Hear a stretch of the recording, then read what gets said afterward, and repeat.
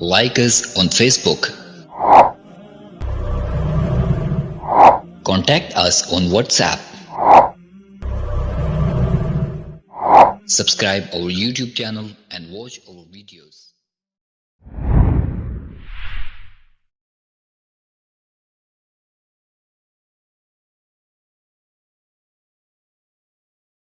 रब्बी जी को क्या हुआ है, झूठ क्यों बोलता है।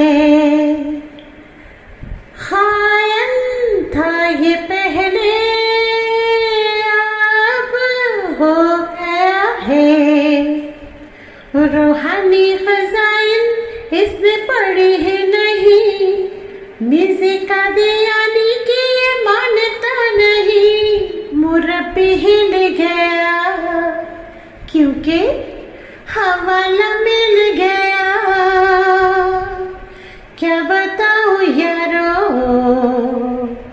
ये पूरा कल्ट हिल गया, ये कल्ट हिल गया, हिल ही गया, मिल गया, हवाला मिल ही गया, मिल गया। हज़रत मोहम्मद सल्लल्लाहु अलैहि वसल्लम ने एक पेशगोई में फरमाया कि इमाम मेहदी की सच्चाई के लिए अल्लाह ताला चांद और सूरज ग्रहण दिखाएगा, और वो भी रमज़ान के महीने में।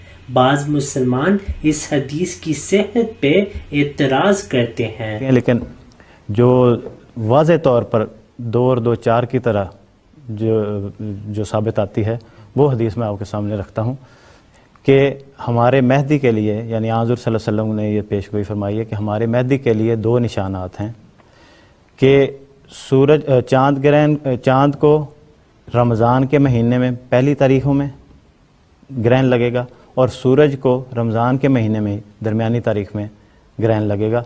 और ये निशान 2 ऐसे हैं कि जब से ज़मीन व आसमान पैदा हुए हैं, ये निशान के तौर पर किसी और के लिए ज़ाहिर नहीं हुआ। 13 रमज़ान सन 1311 हिजरी और 21 मार्च 1894 में लगा, और फिर इसी महीने में, जो रमज़ान का महीना था, इसी महीने की 28वीं तारीख को सूरज को ग्रहण लगा, और इस लिहाज से ये पेशगोई पूरी हो गई। फिर हाफ़िज़ मोहम्मद हयात साहब अफलालियाँ अपने एक मज़मून में लिखा था, लालियाँ में अहमदियत, लिखते हैं निशान को ख़ुसूस से दिलों में तारीक़ पैदा। इसी कहते हैं इसी तरह 1894 में सूरज और चाँद ग्रहण के निशान को पूरा होने की वजह से भी लोगों के दिलों में ये जुस्तजू पैदा हुई कि इमाम मेहदी का ज़हूर हो चुका है। नहमदुहु व नुसल्ली अला रसूलिहिल करीम, अम्मा बाद, फ़ाऊज़ु बिल्लाहि मिनश शैतानिर रजीम, बिस्मिल्लाहिर रहमानिर रहीम। रब्बी शुरह ली सदरी व यस्सिर ली अमरी, वहलुल उक़दतम मिन लिसानी यफ़क़हू क़ौली। अस्सलामु अलैकुम व रहमतुल्लाहि व बरकातुहू। नाज़रीन व सामईन करम, जैसा कि आप सब जानते हैं कि हम लोगों ने गुज़िश्ता 2 से 3 प्रोग्राम्स चाँद और सूरज ग्रहण वाले निशान पे पेश किए, और इन तमाम प्रोग्राम्स को पेश करने का हमारा बुनियादी मकसद ये था कि हमारे नाज़रीन को, तमाम मुसलमान नाज़रीन को बिलअमूम, और अहमदी बहनों भाइयों को बिलख़ुसूस ये बात समझ में आ सके कि गुज़िश्ता 125 साल से जो ढंडोरा पीटा जा रहा है कि मिर्ज़ा ग़ुलाम अहमद कादियानी मेहदी हैं, और उनके लिए आसमान से सूरज और चाँद ग्रहण का निशान ज़ाहिर हुआ था, और मिर्ज़ा कादियानी साहब का ये दावा था कि उनसे पहले या बाद में भी ऐसा निशान किसी भी मुरसिल या मेहदी के लिए पेश नहीं हुआ और ना हो सकता है। तो ये तमाम बातें, ये तमाम दावाजात दरअसल झूठ पर मबनी हैं। ये बात वजाहत से साबित करने के लिए हम एक पूरे का पूरा सिलसिला आपके सामने इसी खसूफ़ व कसूफ़ वाले निशान पे पेश कर रहे हैं। तो जो प्रोग्राम्स हमने पिछली 2 मरतबा आपके सामने पेश किए, जिनमें से एक प्रोग्राम में हमने उस कॉल का भी जायज़ा लिया जिसको बुनियाद बना के इस निशान को पेश किया जाता है। और फिर एक प्रोग्राम में हमने आपको ये भी बतला दिया कि मिर्ज़ा ग़ुलाम कादियानी साहब का इसमें कोई बड़ापन नहीं है, बल्कि ऐसा ही निशान,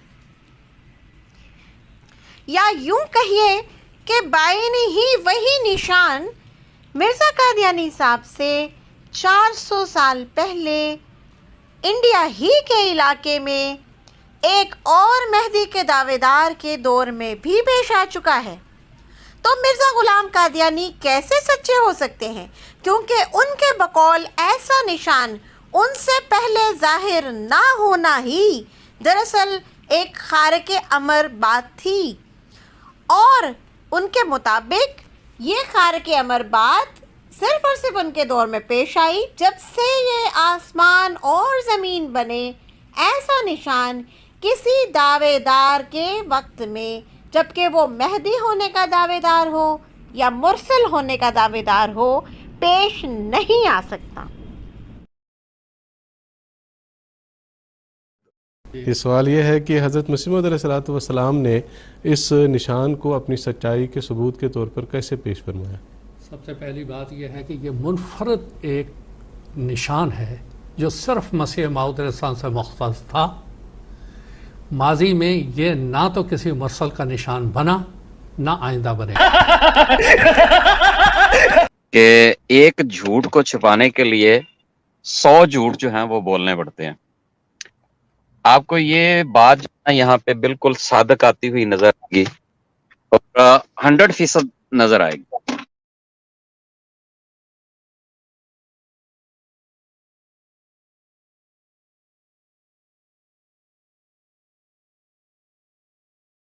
आपको नासा की वेबसाइट पे लेकर चलते हैं, जहां से हम आपको ये सबूत पेश करेंगे, क्योंकि इन 2 प्रोग्राम्स के बाद हमें बहुत से लोगों ने ये मुतालबा किया कि हमें इंटरनेट पे नासा की वेबसाइट चेक करने का तरीका बताया जाए और हमें दिखाया जाए कि क्या वाक़अतन इन्हीं तारीख़ों में सूरज और चांद ग्रहण मिर्ज़ा कादियानी जी के दौर में पेश जो आए थे, क्या इन्हीं तारीख़ों में मोहम्मद अली जौनपुरी, जो कि मेहदी होने के दावेदार थे, उस ज़माने में 1503 और 1504 ईस्वी में भी ये निशानात ज़ाहिर हुए।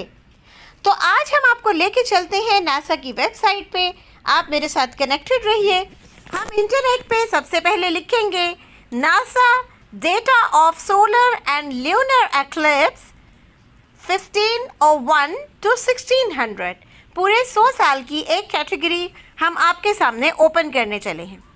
पहली कैटेगरी आ रही है 1501 to 1600, यानी 1501 ईस्वी से 1600 ईस्वी तक, कैटलॉग ऑफ सोलर एक्लिप्सेस, सूरज ग्रहण का पूरा कैटलॉग, जिसमें आप हर साल में जिन तारीखों में सूरज ग्रहण लगा होगा उसकी पूरी तफसीलात यहाँ से मुलाहिजा कर सकते हैं। इसके साथ ही नीचे ल्यूनर एक्लिप्स का कैटलॉग भी मौजूद है 1501 ईस्वी से 1600 ईस्वी तक। और इस ल्यूनर एक्लिप्स के कैटलॉग को भी हम एक न्यू टैब में ओपन कर लेते हैं। तो अब हम चलते हैं ल्यूनर एक्लिप्स वाले उस टैब की तरफ जो हमने ग्रुप में ओपन किया था। और ये देखिए, ये नासा की कंप्लीट डिटेल यहाँ पर मौजूद है। उन्होंने इंट्रोडक्शन दिया है कि ल्यूनर एक्लिप्स यानी चांद का ग्रहण लगता किस तरह से है, उसकी कितनी किस्में हैं, 1501 से 1600 ईस्वी तक कितने टोटल ग्रहण लगे, कितने कुली तौर पर लगे, कितने जुज़वी थे, उसके बाद उनकी ड्यूरेशंस यानी कितने टाइम के लिए लगे। और फिर चलते चलते नीचे कैटलॉग स्टार्ट हो जाता है, जहाँ पर इन पूरे 100 सालों के दरमियान जिस जिस साल के जिस महीने में चांद ग्रहण लगा है उसको डिटेल में एक्सप्लेन कर दिया गया। जैसा कि आप देख सकते हैं कि 1501 ईस्वी में पहला ग्रहण मई के महीने में 3 तारीख को लग रहा है और इसका कोड है 08435। अच्छा, इसी तरह अब हम उस मतलूबा ग्रहण की तरफ चलते हैं जिस पे हमने बहस करना है। रमज़ान के महीने में महदूयत के दावेदार सैयद मोहम्मद अली जौनपुरी हयात हैं और उनके दावे के बाद 1503 में मार्च की 12 तारीख को एक ग्रहण लगता है 08439। इसको हम क्लिक करें तो हमारे सामने ये चांद ग्रहण की डिटेल ओपन हो जाती है। आप देख सकते हैं कि ये दुनिया के नक्शे पे भी दिखा रहे हैं कि चांद ग्रहण का असर किन इलाकों में ज़्यादा था, किन में कम था, कहाँ पर नज़र आया। और ये डेट जो है जो ख़ास तौर पे हमें याद रखनी है वो है 1503 ईस्वी में 12 मार्च। अच्छा, अब सवाल ये पैदा होता है कि क्या सिर्फ और सिर्फ चांद ग्रहण लगता है या सूरज ग्रहण भी लगता है? तो अब हम चलते हैं सोलर एक्लिप्स वाले टैब की तरफ। ये रही सोलर एक्लिप्स वाली टैब, देख लीजिए नासा की वेबसाइट है। सोलर एक्लिप्स का कैटलॉग है, पहले तारुफ मौजूद है, उसके बाद ड्यूरेशंस हैं, सबसे लंबा ग्रहण, छोटा ग्रहण, हर तरतीब के बाद फिर कैटलॉग स्टार्ट हो जाता है। और अप्रैल 17 में पहला सूरज ग्रहण 1501 में लगता है। और अब हम चलते हैं अपने मतलूबा सूरज ग्रहण की तरफ, क्योंकि हमें ये देखना था कि जब मार्च की 12 तारीख को 1503 ईस्वी में चांद ग्रहण लगा तो क्या उसके बाद सूरज को भी ग्रहण लगा। और ये देखिए 27 मार्च 1503, कोड है 08319। क्लिक करें तो हमारे सामने 27 मार्च 1503 का सूरज ग्रहण की डिटेल खुल जाती है, जिसमें उसका एल्टीट्यूड, उसकी ड्यूरेशन, उसकी पूरी की पूरी तफसीलात साइंटिफिकली मौजूद हैं। अच्छा, अब ये दो डेट्स हमने देखी, एक 27 मार्च 1503 और एक 12 मार्च 1503, जिसमें के चांद ग्रहण लगा था। अब हमें देखना यह है आया कि ये जो तारीखें हम मेंशन कर रहे हैं इनमें रमज़ान का महीना भी था, क्योंकि उस कॉल में रमज़ान के महीने के लफ्ज़ मौजूद हैं। तो 12 मार्च 1503 की इस्लामिक डेट हमें चेक करना है। हम यहाँ टाइप कर देंगे 12 मार्च 1503 इस्लामिक डेट और सर्च करें तो पता ये चलता है कि रमज़ान की 13 तारीख है। 908 हिजरी 13 रमज़ान को ये चांद ग्रहण लगता है, जबकि सैयद मोहम्मद अली जौनपुरी महदूयत के दावेदार मौजूद हैं, क्योंकि उनकी वफ़ात 1505 ईस्वी में होती है।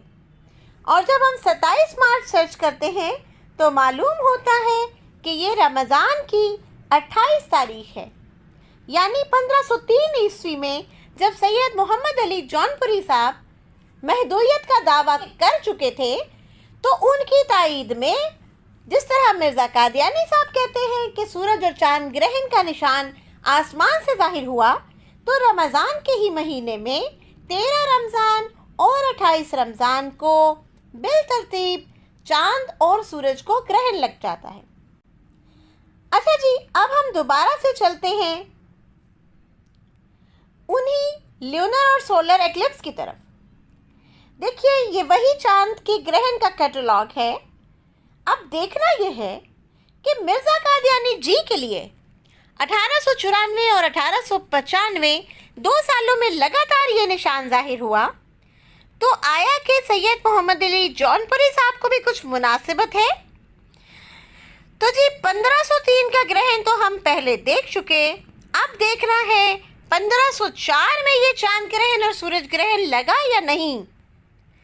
तो देखिए जी, 1504 ईस्वी में मार्च की 1 तारीख को चांद ग्रहण लगा, जैसा कि हमें इस ल्यूनर एक्लिप्स के कैटलॉग से पता चल रहा है। अच्छा, अब इसको हम अगर ओपन करें 08441 कोड, तो ये देखिए जी, चांद ग्रहण हमारे सामने खुल गया।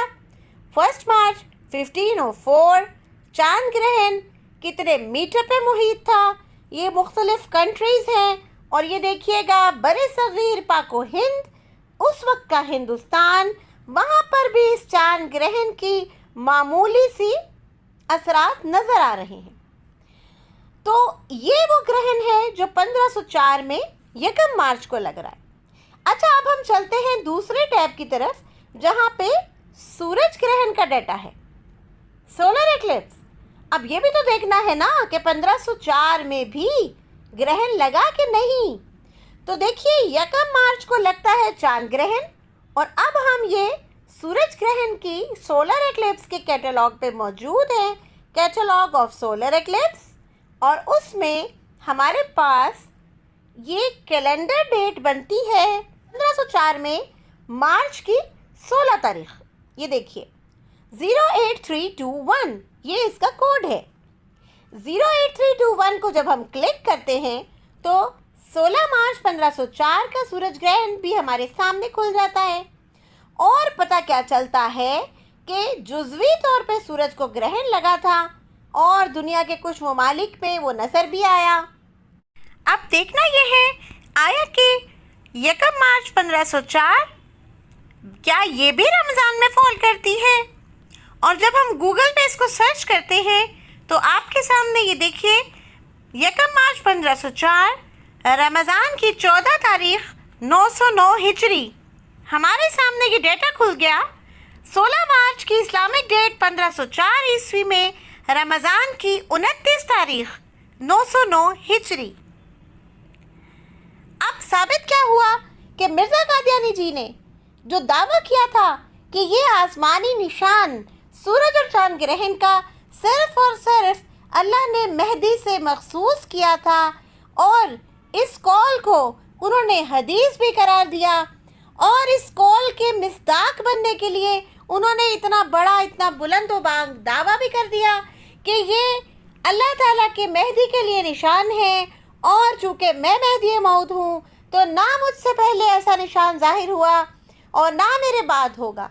जबकि अल्लाह ताला ने मिर्ज़ा ग़ुलाम कादियानी की झूठ का सबूत उनकी पैदाइश से भी 400 साल पहले रख छोड़ा था। अल्लाह ताला तो जानते थे, कोई जाने या ना जाने, अल्लाह की ज़ात ये जानती थी कि कई 100 साल बाद एक शख्स आएगा और आकर ऐसा दावा करेगा कि मुझसे पहले ये निशान जाहिर नहीं हुआ, और यही इसके खारिक आदत होने की निशानी है। और अल्लाह ताला ने 400 साल पहले एक शख्स को मेहदी का दावेदार खड़ा भी किया, और उसके ज़माने में भी सूरज और चाँद को बिल्कुल उसी तर्ज पर 2 लगातार सालों में ग्रहण लगाया।